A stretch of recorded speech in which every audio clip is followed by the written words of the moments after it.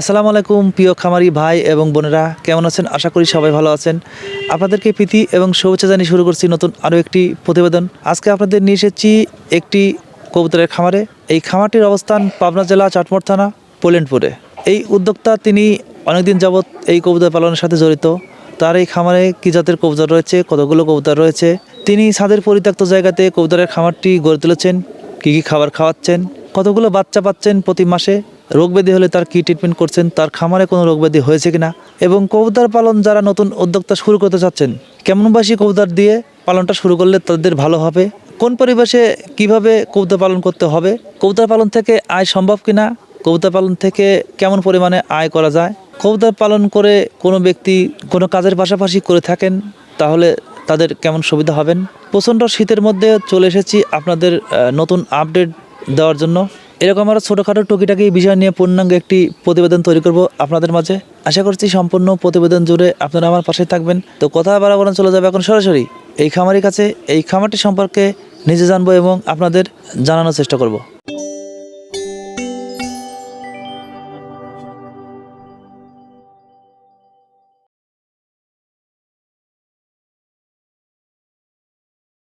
আসসালামু আলাইকুম। ওয়ালাইকুম আসসালাম। কেমন আছেন? ইনশাআল্লাহ ভালো আছি। আচ্ছা, প্রথমে আপনার নামটা এবং আপনার এখানকার ঠিকানাটা যদি দর্শকের উদ্দেশ্যে বলতেন। আমার নাম মোহাম্মদ হাবিবুর রহমান, গ্রাম পয়লানপুর, চাটমোহর, পাবনা। আচ্ছা, আপনি বর্তমানে পেশাতে কি করছেন? বর্তমান পেশাতে কৃষি। এই যে কৃষিকাজের পাশাপাশি আমরা দেখছি আপনার ছাদের পরিত্যক্ত জায়গাতে একটি কবুতরের খামার গড়ে তুলেছেন। এটা কতদিন আগে শুরু করেছিলেন এবং কি পদ্ধতি শুরু করেছিলেন? এটা এই কবুতরের পাখি পালাটা আমার অনেক দিন, আর নতুন করে আবার এই ছাদে আমি করতেছি। পরবর্তীতে ছাদে আরো ভালো সুন্দর করে করার পরিকল্পনা আছে। আচ্ছা, এখানে কি জাতের কবুতর রয়েছে?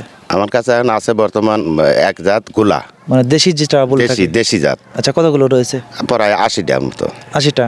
80টা। আচ্ছা, আপনি যে প্রথম শুরু করলেন এটা কতদিন আগে শুরু করছিলেন? এটা শুরু করেছেন তা প্রায় 40 বছর আগে। 40 বছর আগে? 40 বছর আগে। এটা কি দেশি পালতেন তখন? হ্যাঁ, তাই আগের থেকেই দেশি পালতাম, এখন ওই দেশি পালি। আচ্ছা, মানুষ তো বিভিন্ন জাতের কবুতর পালন করার আগ্রহী হয়, তো আপনি দেশিটা কেন রাখলেন? ওই দেশিটা রাখলাম, এটার মানে রোগবালাই কম, আবার আয়ও বেশি। আচ্ছা, আপনি কয়টা দিয়ে শুরু করেছিলেন প্রথমত? প্রথমে শুরু করেছিলাম 2টা দিয়ে। মাত্র 2টা? মাত্র 2টা। এটা কি শখে নাকি? শখে।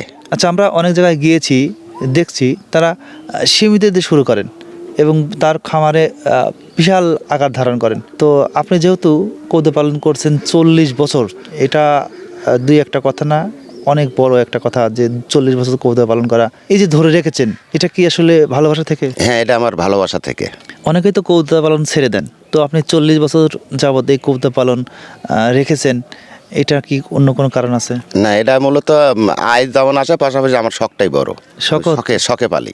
আচ্ছা, বর্তমানে আপনার এই খামার থেকে প্রতি মাসে যেহেতু 80 পিস কবুতর রয়েছে, মানে 40 জোড়া, এ থেকে কি পরিমাণে বাচ্চা পাচ্ছেন? কত জোড়া? প্রতি মাসে প্রায় 20 জোড়া।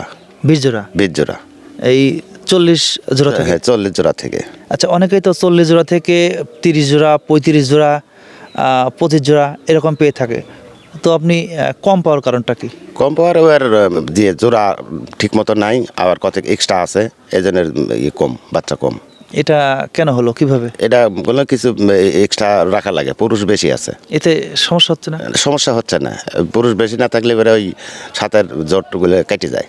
যেহেতু আপনি 40 বছর যাবত কবুতর পালন করছেন, আপনি কি প্রথমত নিচে ছিল নাকি ছাদে পালন করতেন? প্রথম ছিল আমার নিচে মাটি, পরে ছাদে নিয়ে আসছেন? পরে ছাদে নিয়ে আসছি। আচ্ছা, এই যে ছাদে আনলেন, 40 বছর আগে শুরু করলেন কবুতর পালনটা, ধরেই রেখেছেন।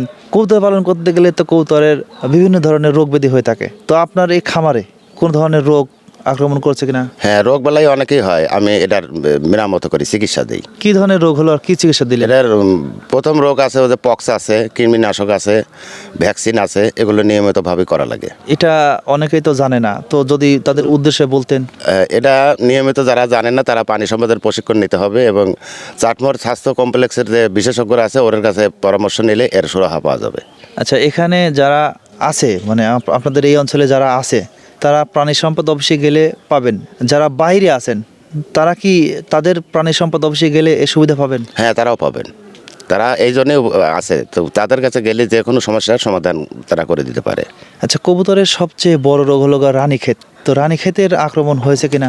না, এ পর্যন্ত আমার খামারে কোনো রানীক্ষেতের আক্রমণ হয়নি, আমি আগে ভ্যাকসিন দিয়ে ওটা নির্মূল করে দিয়েছি। আচ্ছা, ভ্যাকসিন দেওয়ার নিয়মটা অনেকেই জানতে চায়, এটা কিভাবে দিচ্ছেন আপনি? এটা ভ্যাকসিন করার নিয়ম অনেকে ওর যে পাখার ফড়ি আছে ওই ফড়ি টান দিয়ে তুলে ওই ক্ষতস্থানে 1 ফোঁটা ডব, এর হলো প্রধান চিকিৎসা। এইভাবে? এইভাবে। আচ্ছা, এই ভ্যাকসিনটা এরা কোথায় পাবে?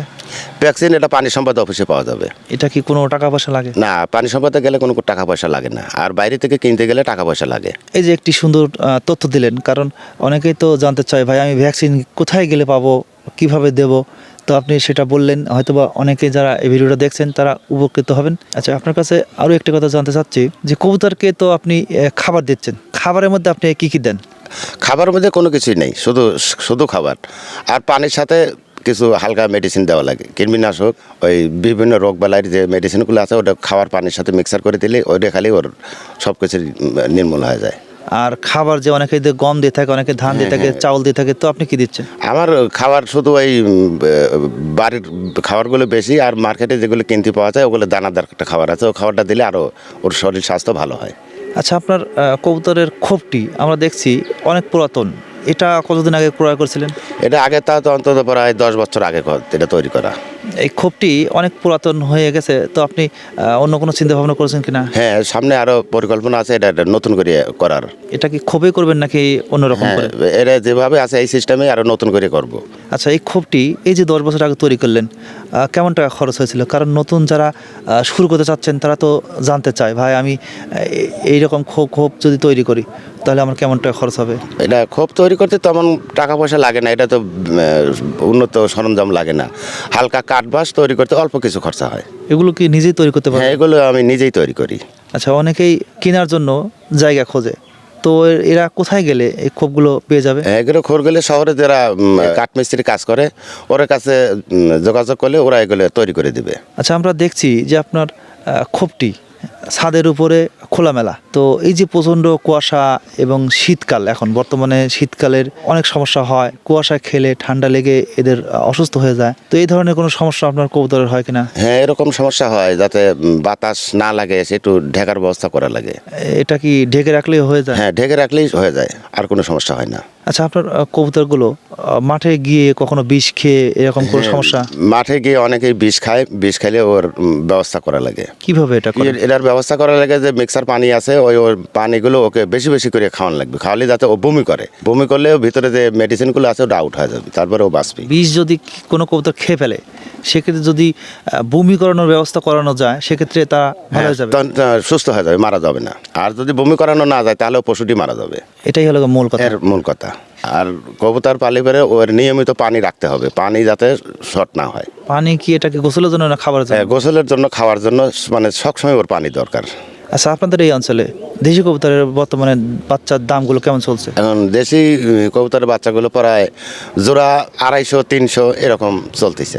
আর বড়গুলো কেমন দাম? বড়গুলো 500-600 এরকম এখন এখন বর্তমান বাজার। আচ্ছা, আপনার এই খামার থেকে যদি কেউ কবুতর নিতে চায়, কি কোনো পরামর্শ নিতে চায়, সেক্ষেত্রে আপনি তাদেরকে দিবেন কিনা? হ্যাঁ, আমার খামারে আসলে যারা নতুন খামারি হওয়ার ইচ্ছুক আমার কাছে আসলে আমি তাদেরকে বাচ্চা বা বড় যেভাবে চাই তাদের কাছে দেওয়া হবে। আচ্ছা, আপনি 40 বছর যাবত কবুতর পালন করছেন, আপনার মতে কি মনে হচ্ছে যে কবুতর পালনটা আসলে লাভজনক নাকি লস? না, একবারে লস না, এটা লাভজনকই হয়। এটা তো খাবার দিতে হয় না, শুধু বাইরেই খেয়ে আসে, যেটা হয় প্রায় 80%ই লাভ হয়। নতুন যারা শুরু করতে চাচ্ছেন কবুতর পালনটা, তাদের ক্ষেত্রে কেমন বয়সী কবুতর দিয়ে শুরু করলে ভালো হয়? বাচ্চা 20-25 দিনকার বাচ্চা থেকে শুরু করলে ও সবসাথে ভালো হয়, আর বড় দিলে তো আবার চলে যাবি, ছোট বাচ্চা থেকে শুরু করলে ভালো হয়। এরা কি খোপে পালন করবেন নাকি আবদ্ধ করে? হ্যাঁ, প্রথম অবস্থা আবদ্ধ করে, তারপর যখন ঘর চিনে যাবি তারপরে খোলা মাঠে ছেড়ে দিতে হবে। আচ্ছা, আমরা দেখছি যে আমাদের পিছনে আপনি বাঁশ দিয়ে কোনো একটা কারুকার্য করে রেখেছেন, এটা কিসের জন্য? এটা ওই বসার জন্য, আরামে এসে বসার জন্য? আরাম এসে বসার জন্য বাঁশ দিয়ে রাখেছি, যাতে এসে বাসার পর বসে। আচ্ছা, এটা কি আপনি মনে করছেন যে অনেক সুবিধা? হ্যাঁ, অনেক সুবিধা। আচ্ছা, কবুতর পালন করতে কবুতরকে কি পরিমাণে সময় দিতে হয়, কতটুকু? সময় সকাল বিকাল মিলে 1 ঘন্টা 1.5 ঘন্টা টাইম দিলে ওর যথেষ্ট। খাবার সারাদিনে? হ্যাঁ, সারাদিনে। খাবার কয় বেলা দিচ্ছেন? খাবার 2 বেলা, সকাল বিকাল। তাহলে আমরা বুঝলাম যে কবুতর পালন যারা নতুন শুরু করতে চাচ্ছেন তারা অনায়াসে আসতে পারবেন। হ্যাঁ, তারা অনায়াসে আসতে পারবেন। কারণ লসের সম্মুখীন হলে হয়তোবা আমাদের ইউটিউব চ্যানেলের দোষ দিবে, না হলে আপনাদের মতো খামারিদের দোষ দিবে। তো সেই সম্পর্কে যদি নতুন খামারিদের উদ্দেশ্যে আপনি যদি কিছু বলতেন। হ্যাঁ, নতুন খামারি বলতে এতে খুব তেমন খরচাপাতি হয় না, এরা অল্প পয়সাতেই এই খামারটা করা যায় বা অনেক লাভও করা যায়। আচ্ছা, কবুতরের ক্ষেত্রে রোগ ব্যাধি হয়ে গেছে কি, শুরু হচ্ছে কি, কোনো ধরনের কোনো সমস্যা দেখা দিলে এটা দেখার লক্ষণটা কেমন, আপনি কিভাবে দেখলে বুঝতে পারবেন? এর প্রথম ওর কবুতর আগে দেখা লাগবে যে সুস্থ আছে কিনা। যেটা সুস্থ আছে সেটা তো খালি ঘুরবি, ডাকবি, উড়বি। আর যে অসুস্থ আছে সে দামা মারি বসে থাকবি, চোখ বন্ধ করে, তখনই শনাক্ত করা লাগবে যে অসুস্থ হয়েছে। আচ্ছা, কবুতর পালনের শুরুটা কোন সময়টা কবুতর পালন শুরু করলে ভালো হয়? এটা শীতের শেষে জানুয়ারির ফেব্রুয়ারির দিকে করলে সবচেয়ে ভালো হয়, তখন ঠান্ডা থাকে না।